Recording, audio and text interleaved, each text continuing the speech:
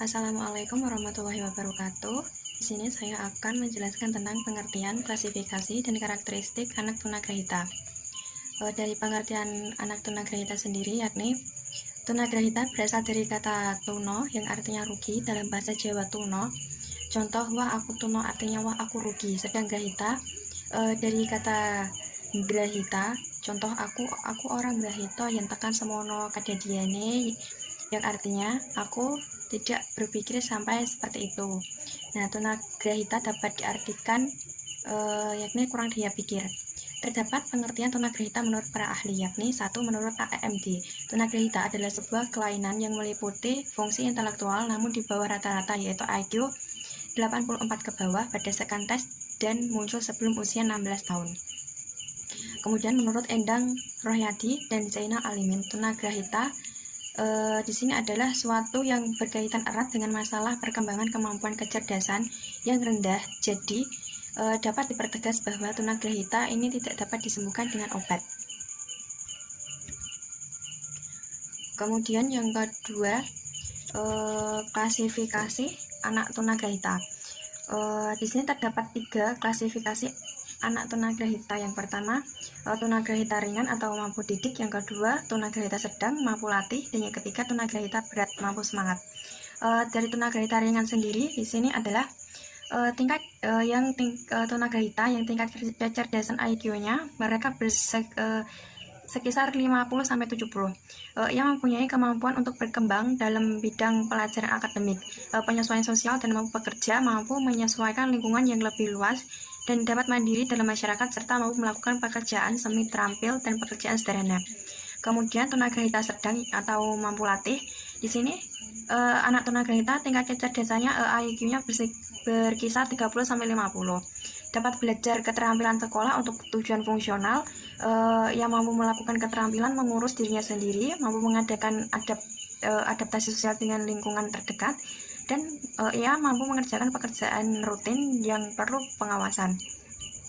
Untuk yang ketiga, tunagrahita berat atau mampu semangat. Di sini tingkat kecerdasan IQ-nya kurang dari 30 dan hampir tidak memiliki kemampuan untuk dilatih mengurus diri sendiri. Ada yang masih mampu dilatih mengurus diri sendiri, berkomunikasi secara sederhana, dan dapat menyesuaikan diri dengan lingkungan yang terbatas. Lanjut ke pembahasan yang ketiga, yakni karakteristik anak tunagrahita. Karakteristik anak tunagrahita di sini terdapat 2 pendapat menurut para ahli. Yang pertama yakni menurut Mumpuniarti.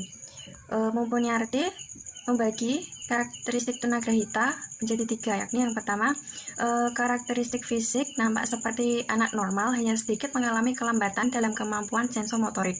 Yang kedua, karakteristik psikis sukar berpikir abstrak dan logis, yang kurang memiliki kemampuan analisa, asosiasinya lemah, kurang mampu mengendalikan perasaan dan mudah dipengaruhi. Kepribadiannya kurang harmonis karena tidak mampu menilai baik dan buruk. Dan yang ketiga, karakteristik sosial mereka mampu bergaul, yang menyesuaikan di lingkungan yang tidak terbatas pada keluarga saja, namun ada yang mampu mandiri dalam masyarakat, mampu melakukan pekerjaan, dan mampu melakukan pekerjaan yang sederhana dan melakukan secara dengan penuh sebagai orang dewasa. Kemampuan dalam bidang pendidikan termasuk mampu didik. Kemudian selanjutnya menurut T. Sujihati Somantri, di sini ia juga membagi karakteristik anak tunagrahita menjadi 3. Yang pertama yakni keterbatasan inteligensi.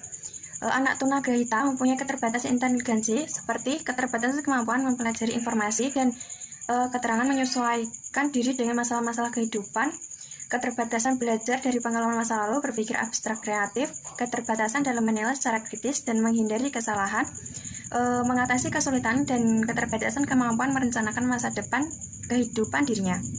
Kemudian yang kedua yakni keterbatasan sosial.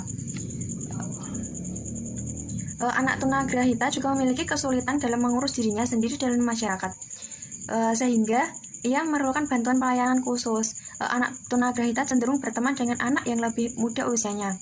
Ketergantungan kepada orang tuanya sangat besar, tidak mau mengikut tanggung jawab sosial dengan bijak, sehingga ia selalu dibimbing dan diawasi. Karakteristik lainnya adalah tunagrahita mudah dipengaruhi dan cenderung melakukan sesuatu tanpa memikirkan akibatnya.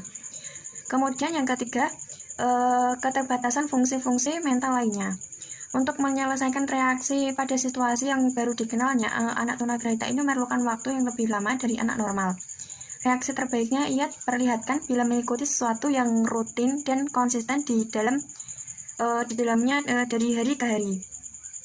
Ia tidak dapat menghadapi sesuatu kegiatan atau tugas dalam jangka waktu yang lama. Anak tunagrahita memiliki keterbatasan penguasaan bahasa karena pusat pembendarahan bahasanya kurang berfungsi, sehingga ia mengalami kesulitan memahami kata-kata yang bersifat abstrak. Dan oleh karena itu ia membutuhkan kata-kata konkret yang sering didengarnya.